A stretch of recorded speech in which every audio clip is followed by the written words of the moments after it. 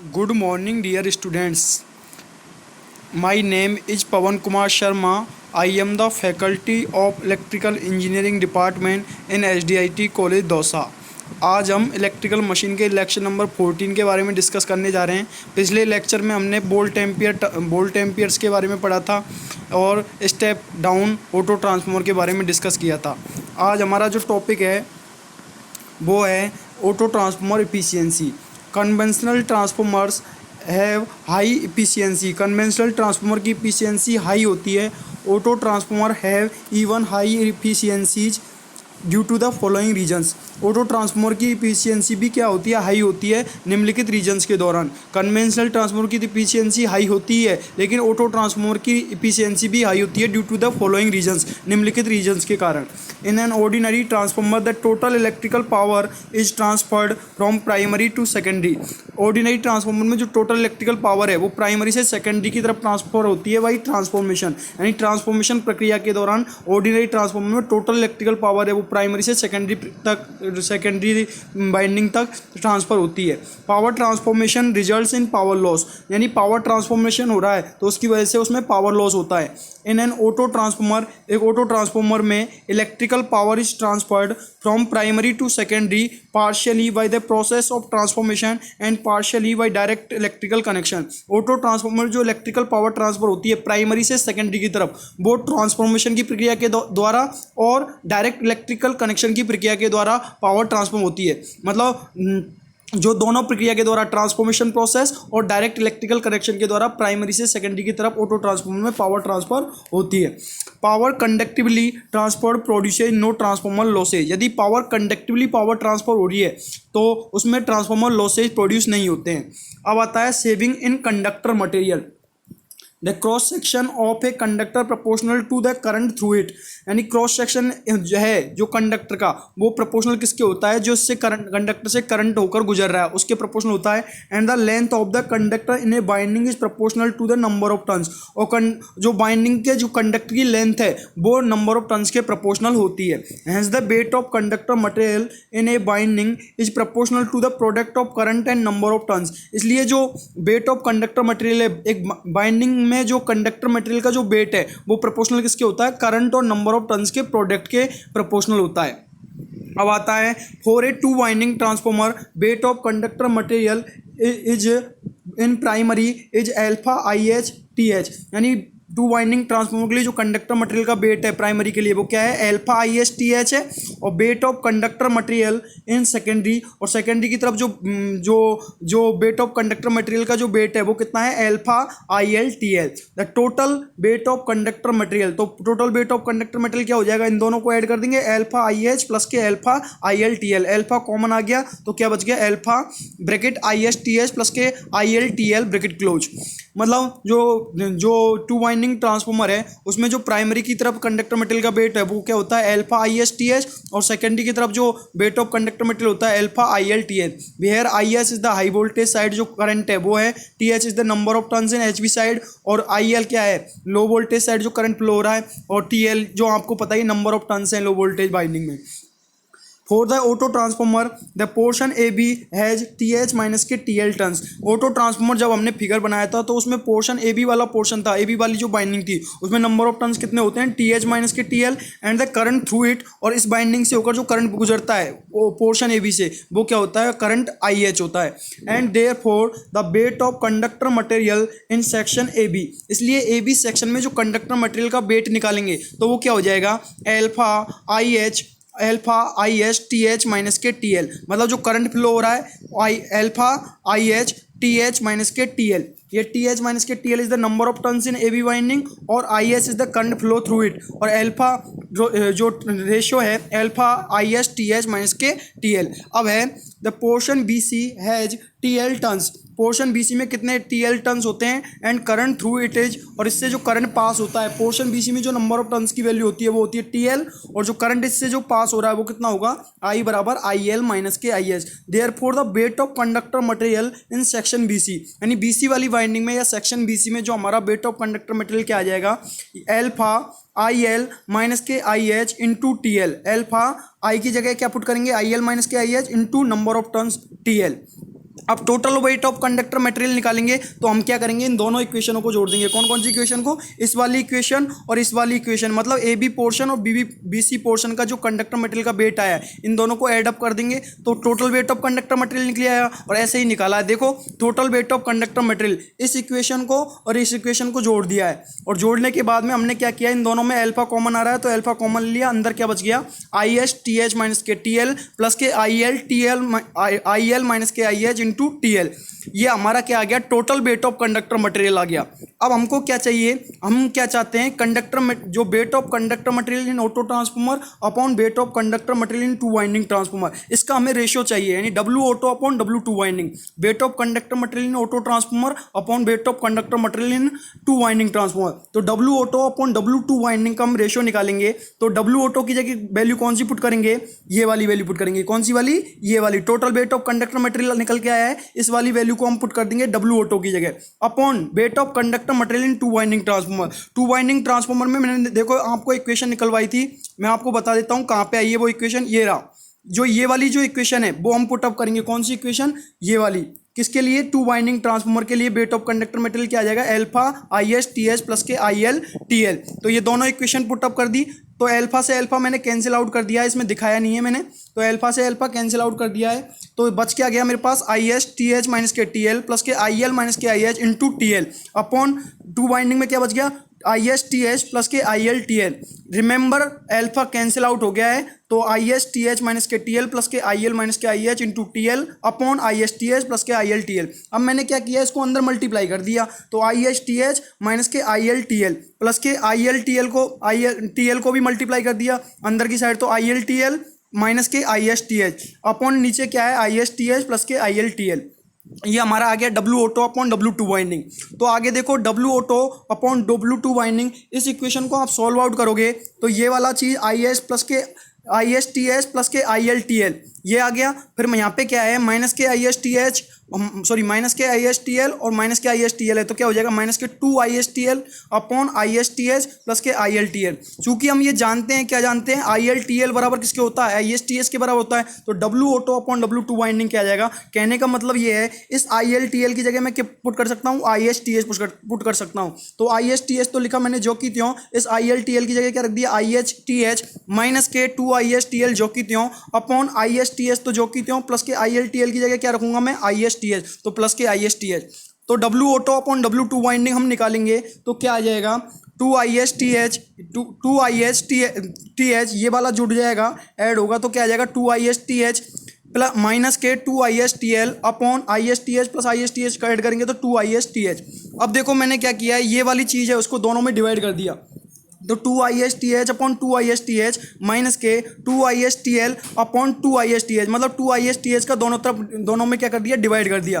तो ये वाला कैंसिल आउट हो गया तो यहाँ पे क्या बच गया, वन, टू से टू कैंसिल आउट हो गया, आई एस से आई एच कैंसिल आउट हो गया तो क्या बच गया, वन माइनस के T L upon T H. तो ये वाली इक्वेशन आ गई मेरी, W auto upon W two winding बराबर वन माइनस के T L upon T H.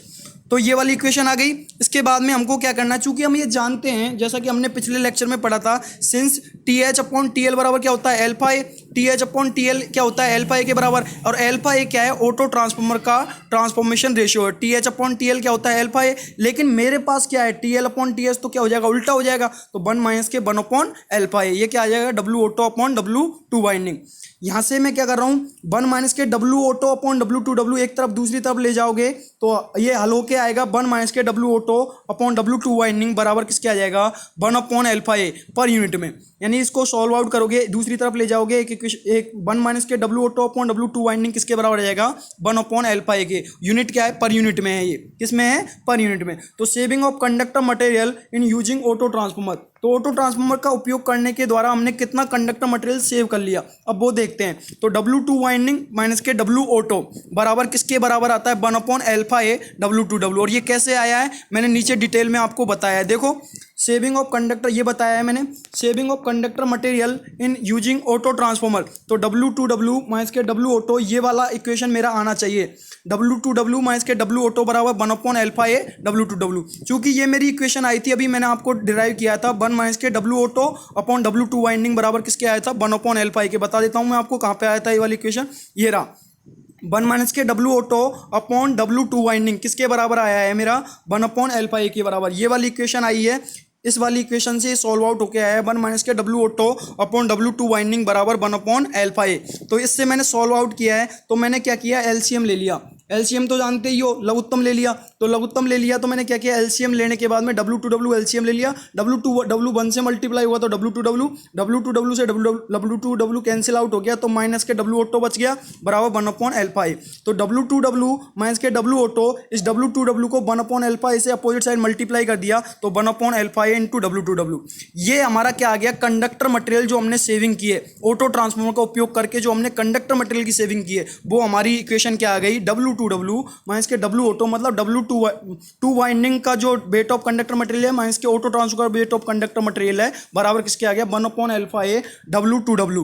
तो सेविंग ऑफ कंडक्टर मटेरियल कितनी आ गई, हमने जब ऑटो ट्रांसफॉर्मर उपयोग में लिया है तो डब्ल्यू टू डब्ल्यू माइनस के डब्ल्यू ऑटो बराबर one upon alpha A W two W. If one upon alpha A बराबर 0.1, यदि एल्फा वन अपॉन एल्फा ए इस वाली चीज की वैल्यू कितनी है 0.1 है, तो saving of conductor material is 10%। तो कंडक्टर मटेरियल की सेविंग कितनी होगी 10%। अब वो कैसे निकालिए वो भी देख लो।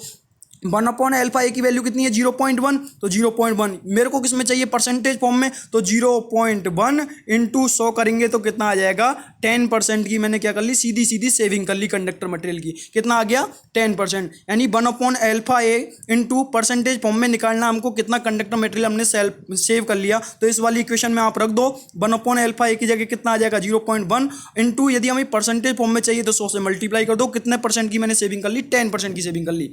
इफ यदि वन अपॉन एल्फा ए की वैल्यू मान लो 0.9 है तो सेविंग इज कितना आ जाएगा 90%। कैसे आया, वन अपॉन एल्फा ए की वैल्यू कितनी रख दी 0.9 रख दो, और 0.9 रखने के बाद में मल्टीप्लाई कर दो, किससे चाहिए मेरे को, परसेंटेज फॉर्म में चाहिए, तो 0.9 इंटू 100, तो 100 इंटू 0.9 करोगे आप तो कितना आ जाएगा 90%। तो मैंने क्या कर ली 90% कंडक्टर मटेरियल की सेविंग कर ली। Hence the use of auto transformer is more economical, इसलिए ऑटो ट्रांसफॉर्मर का यूज करना ज़्यादा सस्ता पड़ता है when one upon alpha A बराबर T L upon T H. जब वन अपॉन एल्फा ए किसके बराबर हो, T L upon T H के, इज क्लोज टू यूनिटी, और ये किसके बराबर पहुंचना चाहिए, लगभग यूनिटी के बराबर पहुंचना चाहिए। The ratio of transformation used in auto transformer are 3:1 और 4:1, यानी जो ऑटो ट्रांसफॉर्मर में जो ट्रांसफॉर्मेशन रेशियो उपयोग में लेते हैं उसका जो रेशियो होता है, अनुपात होता है, वो कितना होता है 3:1 होगा या 4:1 होगा, और 4:1। If B H upon B L बराबर 3 है तो W auto upon W two winding का रेशियो निकालेंगे तो इक्वेशन क्या आई थी, 1 माइनस के 1 अपॉन एल्फा ए, और एल्फा ए बराबर क्या होता है हमारा B H upon B L. तो एल्फा ए की जगह क्या रख देंगे हम, ये रख देंगे जो 3 वैल्यू दे रखी है ना, तो इसको रख देंगे B H upon B L. चूंकि एल्फा ए क्या कहलाता है, एल्फा ए बराबर क्या होता है B H upon B L, तो यहाँ पे मैंने 1 माइनस के 1/3 करेंगे तो कितना आ जाएगा 2/3। इसी तरीके से B H upon B L की वैल्यू 2 है तो W auto upon W two winding बराबर 1 माइनस के 1 अपॉन एल्फा ए वाले फॉर्मूले में रख देंगे। एल्फा ए की जगह वैल्यू कितनी रख देंगे 2 रख देंगे, अब तो 1/2 आ जाएगा, 1 माइनस के 1/2 कितना आ जाएगा 1/2। इसी तरीके से यदि B H upon B L की वैल्यू 4 है तो W auto upon W two winding निकालेंगे, 1 माइनस के 1/4 कितने आ जाएगा 3/4। If the ratio of transformation is greater then the advantage in the reduction of conductor material is not much. यदि transformation ratio ज़्यादा है तो उस टाइम पे जो कंडक्टर मटेरियल जो रिडक्शन कंडक्टर मटेरियल में जो कमी होगी वो ज़्यादा नहीं होगी, इज नॉट मच, वो ज़्यादा नहीं होगी। तो इसका मतलब कहना क्या चाह रहा हूँ मैं कि ट्रांसफॉर्मेशन रेशियो है वो क्या होना चाहिए, कम होना चाहिए। यदि ट्रांसफॉर्मेशन रेशियो ज़्यादा होगा तो कंडक्टर मटेरियल के जो हम कम करना चाहते हैं, कंडक्टर मटेरियल का रिडक्शन करना चाहते हैं, वो ज़्यादा नहीं होगा। तो एडवांटेज ऑफ ऑटो ट्रांसफॉर्मर, अब ऑटो ट्रांसफॉर्मर के एडवांटेज क्या है। An auto transformer uses less binding material, एक ऑटो ट्रांसफॉर्मर में जो बाइंडिंग मटेरियल है वो कम उपयोग में आता है देन टू वाइंडिंग ट्रांसफॉर्मर। एक ऑटो ट्रांसफॉर्मर में जो बाइंडिंग मटेरियल है वो कम उपयोग में आता है compare to two winding transformer. An auto transformer uses less winding material than two winding transformer. The saving is large, इसलिए सेविंग ज़्यादा होती है if the transformation ratio is small। ये मैं पहले ही बता चुका हूँ कि यदि ट्रांसफॉर्मेशन रेशियो कम होगा तो हम कंडक्टर मटेरियल की ज़्यादा से ज़्यादा सेविंग कर सकते हैं। And auto transformer is smaller in size, एक ऑटो ट्रांसफॉर्मर साइज में छोटा होता है एंड चीपर और सस्ता भी पड़ता है than the two winding transformer. Two winding transformer की तुलना में सस्ता पड़ता है एट द सेम आउटपुट, यानी समान आउटपुट के लिए साइज जो ऑटो ट्रांसफॉर्मर की है वो कम होती है और जो चीपर सस्ता भी पड़ता है टू वाइंडिंग ट्रांसफार्मर की तुलना में। Since there is a reduction in conductor and core material, चूंकि यहाँ पे जो कंडक्टर वेट ऑफ जो वेट ऑफ कंडक्टर मटेरियल वो रिडक्शन होता है और कोर मटेरियल में रिडक्शन होता है, तो इसकी वजह से ohmic losses in the conductor and core losses are smaller. इसलिए ओएमिक लॉसेज जो कंडक्टर में हो रहे हैं और कोर लॉसेज जो कोर में हो रहे हैं वो क्या होते हैं, कम होते हैं। An auto transformer has high efficiency than the equivalent two winding transformer. एक ऑटो ट्रांसफार्मर की जो एफिशिएंसी है वो टू वाइंडिंग ट्रांसफार्मर की तुलना में ज़्यादा होती है। Since one binding is completely eliminated, चूंकि हमने क्या किया, एक बाइंडिंग को तो पूर्ण रूप से गायब कर दिया, क्योंकि auto transformer one binding transformer होता है, मैंने पहले ही पढ़ाया था हमको। तो ऑटो ट्रांसफार्मर हमने एक बाइंडिंग को हमने कम्प्लीटली इलिमिनेट किया है, तो resistance and leakage flux of this binding is zero. इसलिए जो रेजिस्टेंस और लीकेज फ्लक्स है इस बाइंडिंग का, जो एलिमिनेटेड बाइंडिंग है उसका क्या होगा, जीरो होगा। Hence the voltage regulation of the auto transformer is superior. इसलिए वोल्टेज रेगुलेशन ऑटो ट्रांसफार्मर का क्या होता है, अच्छा होता है, ज़्यादा अच्छा होता है, because of the reduced voltage drop in the resistance and reactance. क्योंकि रेजिस्टेंस और रिएक्टेंस में जो वोल्टेज ड्रॉप है वो क्या होता है, कम होता है। An auto transformer has variable output voltage when A sliding contact used for the secondary. एक ऑटो ट्रांसफार्मर क्या करता है, हमें वेरिएबल आउटपुट वोल्टेज देता है। कब देता है, लेकिन जब हम सेकेंडरी पर एक स्लाइडिंग कॉन्टैक्ट उपयोग में लेते हैं तो ऑटो ट्रांसफार्मर क्या करता है, वेरिएबल आउटपुट वोल्टेज देता है।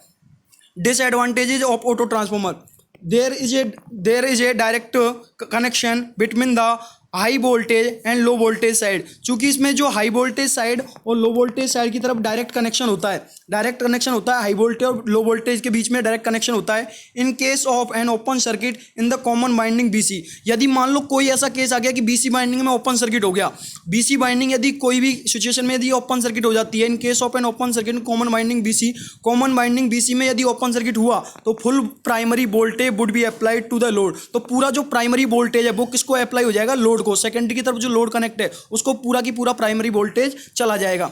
This high voltage many may burn out और seriously damage the equivalent connected to secondary side. ये जो हाई वोल्टेज है वो क्या करता है, जो सेकेंडरी की साइड की तरफ जो लोड कनेक्ट है उसको बर्न आउट करा देता है या जला देता है या सीरियसली उसको डैमेज कर देता है। The effective per unit impedance of an auto transformer is smaller. Effective per unit impedance auto transformer का वो कम होता है compare to two winding transformer की तुलना में। द रिड्यूस्ड इंटरनल इंपीडेंस, चूंकि इसका इंटरनल इंपीडेंस रिड्यूस होता है, कम होता है, results in a large short circuit current. चूंकि इंटरनल इंपीडेंस जब कम होता जाएगा तो उसकी वजह से क्या होगा, शॉर्ट सर्किट करंट की वैल्यू क्या होगी, ज़्यादा होगी। रिजल्ट्स परिणाम स्वरूप in a large short circuit current, यानी शॉर्ट सर्किट करंट क्या होता है, ज़्यादा होता है। यदि इंटरनल इंपीडेंस रिड्यूस हो रहा है तो उसकी वजह से क्या होता है, शॉर्ट सर्किट करंट है वो ज़्यादा फ्लो होता है। इन एन ऑटो ट्रांसफार्मर, एक ऑटो ट्रांसफार्मर में there is a loss of isolation between the input and output circuit.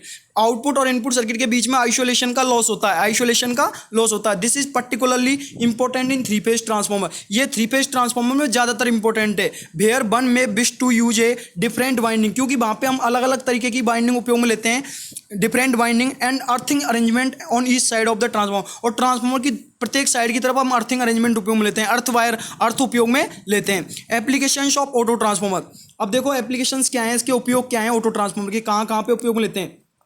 Interconnections of power systems at different voltage levels, for example 132 kV and 230 kV। यानी यदि हम power system को अलग अलग voltage पर interconnect करना चाहते हैं, अलग अलग वोल्टेज पर यदि हम पावर सिस्टम को इंटरकनेक्ट करना चाहते हैं तो उस टाइम पे हम क्या लेते हैं, ऑटो ट्रांसफार्मर उपयोग लेते हैं। फॉर एग्जाम्पल जैसे कि दिया गया है 132 kV के लिए, 132 kV के लिए और 230 kV के लिए। इन सिस्टम पर इन वोल्टेज लेवल पर अलग अलग वोल्टेज लेवल पर हम पावर सिस्टम को इंटरकनेक्ट करना चाहते हैं तो ऑटो ट्रांसफार्मर उपयोग लेते हैं। बूस्टिंग ऑफ सप्लाई वोल्टेज को बूस्ट अप करने के लिए by a small amount in distribution system to compensate the voltage drop, यानी वोल्टेज ड्रॉप को कंपनसेट कराना। कंपनसेट का मतलब सीधा यहाँ पे ये है कि वोल्टेज ड्रॉप को कम करने के लिए, कंपनसेट द वोल्टेज ड्रॉप को कम करने के लिए इन डिस्ट्रीब्यूशन सिस्टम में थोड़ी अमाउंट में वोल्टेज ड्रॉप को कम करने के लिए ये क्या करते हैं, ये सप्लाई वोल्टेज को जो ऑटो ट्रांसफार्मर वो क्या कराता है, बूस्टअप कराता है, बढ़ा देता है। यानी सप्लाई वोल्टेज को बूस्टिंग करने का काम कौन करता है, ऑटो ट्रांसफार्मर। कब करता है, जब वोल्टेज ड्रॉप को हमें कंपनसेट कराना है डिस्ट्रीब्यूशन सिस्टम में थोड़ी अमाउंट में। आगे है auto transformer with a number of tappings are used for starting induction motors and synchronous motor. Auto transformer में यदि हम टैपिंग कर दें, एक टैपिंग कर दें, 2, 3, 4 नेसेसरी नंबर ऑफ टैपिंग्स हम उपयोग में ले लें तो ये इंडक्शन मोटर और सिंक्रोनस मोटर को स्टार्ट करने के लिए ऑटो ट्रांसफार्मर को उपयोग में लेते हैं। Auto transformer with number of tappings are used for starting induction motor and synchronous motor. Tapping करनी है मतलब टैप चेंज करनी है, आपको टैप कितनी चेंज करनी है वो डिपेंड करेगा आप इंडक्शन मोटर को स्टार्ट करें सिंक्रोनस मोटर को। Auto transformer used as a variac variable AC in laboratory. Laboratory में वेरिएबल एसी के रूप में उपयोग में आता है। बैराइक का मतलब यहाँ पे वेरिएबल एसी से है। ऑटो ट्रांसफॉर्मर लेबोरेटरी में वेरिएबल एसी के रूप में उपयोग में आता है। एंड अदर सिचुएशंस, और दूसरी स्थितियों में, that require continuously variable voltage over broad ranges, जहाँ पे हमें कंटिन्यूसली वेरिएबल वोल्टेज की रिक्वायरमेंट होती है, ज़्यादा रेंज पर कंटिन्यूसली वेरिएबल वोल्टेज की रिक्वायरमेंट होती है, उन सिचुएशन में भी हम ऑटो ट्रांसफॉर्मर उपयोग में लेते हैं। अब एक न्यूमेरिकल देखते हैं। An auto transformer supplies a load of 5 kilowatt. ये न्यूमेरिकल दे रखा है। एक ऑटो ट्रांसफॉर्मर है जिसमें जो लोड और जो उसमें लोड है 5 किलोवाट एट 115 वोल्ट। जो हमारा जो लोड है ऑटो ट्रांसफॉर्मर का वो कितना है, लोड 5 किलोवाट है, 5 किलोवाट 115 वोल्ट पे and eight unity power factor, और यूनिटी पावर फैक्टर पर है। ऑटो ट्रांसफॉर्मर का जो लोड है वो कितना दे रखा है, 5 किलोवाट, कितने वोल्ट पे दे रखा है, 115 वोल्ट पे और यूनिटी पावर फैक्टर पे। If the primary voltage is 230 volt, यदि प्राइमरी वोल्टेज 230 वोल्ट है, डिटरमाइन, तो क्या डिटरमाइन करना है, ट्रांसफॉर्मेशन रेशियो, दूसरा सेकेंडरी करंट, तीसरा प्राइमरी करंट, चौथा number of turns in secondary. Secondary में नंबर ऑफ टन्स कितने हैं, if total number of turns is 400, यदि टोटल नंबर ऑफ टन्स कितने हैं 400। पावर ट्रांसफॉर्म मतलब ट्रांसफॉर्म पावर निकालनी है। Power conducted directly from the supply mains to the load, power जो कंडक्ट हो रही है सप्लाई मेन से लोड की तरफ, जो कंडक्ट सप्लाई मेन से लोड की तरफ, मेन सप्लाई से लोड की तरफ जो कंडक्ट हो रही है पावर, वो कंडक्टेड पावर निकालनी है। चूंकि जब मैंने ऑटो ट्रांसफॉर्मर पढ़ाया था तब आपको बताया था कि जो हमारा प्राइमरी बाइंडिंग थी उसको हमने हाई वोल्टेज बाइंडिंग को प्राइमरी माना था और लो वोल्टेज बाइंडिंग को क्या माना था, सेकेंडरी। तो BH कितना दे रखा है क्वेश्चन में हमको, 230 वोल्ट दे रखा है। कितना दे रखा है, if the primary voltage 230 volt, तो प्राइमरी जो वोल्टेज है वो कितना है 230 वोल्ट, और प्राइमरी वोल्टेज है जहाँ पे इसको हमने क्या माना था, हाई वोल्टेज बाइंडिंग माना था, तो BH की वैल्यू कितनी दे रखी है 230 वोल्ट, और BL की वैल्यू जहाँ पे जो लो वोल्टेज बाइंडिंग है उसकी वैल्यू, उस पर जो वोल्टेज है वो कितना दे रखा है 115 वोल्ट, यानी लोड साइड का वोल्टेज वो कितना है 115 वोल्ट। तो P पावर कितनी दे रखी है 5 किलोवाट, और जो हमारा पावर फैक्टर है वो कितना दे रखा है 1 यूनिटी। तो transformation ratio of the auto transformer, तो अल्फा ए, ये मैंने ये पहले जब ऑटो ट्रांसफॉर्मर पढ़ाया था तो ये फॉर्मूला सबसे पहले डिराइव कराया था, पहले लेक्चर में ऑटो ट्रांसफॉर्मर ये फॉर्मूला डिराइव कराया था, अल्फा ए बराबर BH/BL बराबर TH/TL। लेकिन मेरे को यहाँ पे TH/TL नहीं दे रखा, तो इससे तो मेरा काम ही नहीं है। मेरे को क्या दे रखा है, BH/BL दे रखा है। तो BH की वैल्यू कितनी दे रखी है 230, BL की वैल्यू कितनी दे रखी है 115, तो हल कर लो, 230/115 कितना आ गया, अल्फा ए की वैल्यू आ गई 2, तो मतलब ट्रांसफॉर्मेशन रेशियो कितना आ गया 2। आगे देखते हैं सेकेंडरी करंट। सेकेंडरी करंट हमें ज्ञात करना है, तो चूंकि हम पावर आउटपुट कितना होता है PL बराबर BL/IL cos phi, यहाँ से मेरे को क्या चाहिए सेकेंडरी करंट, तो IL बराबर क्या आ जाएगा PL/BL cos phi। PL की वैल्यू कितनी दे रखी है, पावर आउटपुट कितना देखा 5 × 5 किलो वॉट है, तो इसको वॉट में चेंज कर दिया, 5 × 10⁻³ वॉट अपॉन BL की वैल्यू कितनी दे रखी है 115 × cos phi, पावर फैक्टर कितना दे रखा है यूनिटी। तो IL बराबर कितना आ जाएगा हल करने के बाद में 43.48 एम्पियर। अब निकालना है आपको प्राइमरी करंट। चूंकि हम ये जानते हैं कि IL/IH बराबर क्या होता है, वी नो दैट IL/IH बराबर कितना होता है, अल्फा ए होता है। तो यहाँ से मेरे को देखो IL मैंने निकाल लिया है, मेरे को क्या चाहिए प्राइमरी का करंट। प्राइमरी हमने किसको माना, हाई वोल्टेज बाइंडिंग को प्राइमरी माना है, तो IH बराबर क्या आ जाएगा IL/अल्फा ए। तो IL की वैल्यू मैंने यहाँ से पुटअप कर दी 43.48 अपॉन अल्फा ए की वैल्यू 2 है ही है, हल करेंगे तो आ जाएगा 31.74 एम्पियर। अब निकालना number of secondary turns, if total number of turns is 400। Number of secondary turns हमें ज्ञात करने हैं। ये क्वेश्चन में दे रखा है कि टोटल नंबर ऑफ टर्न्स कितने 400 है। चूंकि हम ये जानते हैं, ये अभी फॉर्मूला मैंने बताया था BH/BL बराबर TH/TL बराबर अल्फा ए क्या होता है। अल्फा ए क्या होता है, alpha A is the auto transformer transformation ratio. Secondary turns निकालना है, तो सेकेंडरी वाइंडिंग हमने किसको माना है, लो वोल्टेज साइड को, तो लो वोल्टेज के टर्न्स निकालेंगे तो TL बराबर क्या आ जाएगा, यहाँ से TL बराबर क्या आ जाएगा इस वाली क्वेश्चन TH/अल्फा ए। TH की वैल्यू कितनी आई है, TH की वैल्यू कितनी दे रखी है 400 दे रखी है। टोटल नंबर ऑफ टर्न्स कितने दे रखे हैं 400 दे रखे हैं। जो हमारा बाइंडिंग पे कनेक्ट है ABC जो हमने माना था पूरी बाइंडिंग, उसमें कितने टर्न्स है पूरे बाइंडिंग में 400 है, तो 400/अल्फा ए की वैल्यू 2, तो 2 कितना आ गया 200।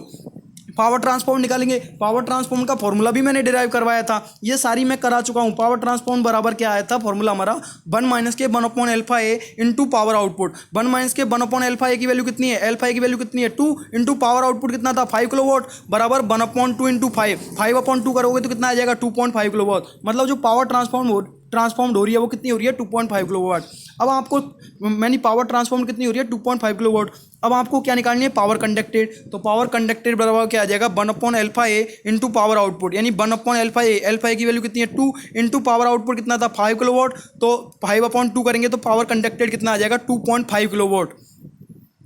Thank you dear students, thank you dear students, thank you.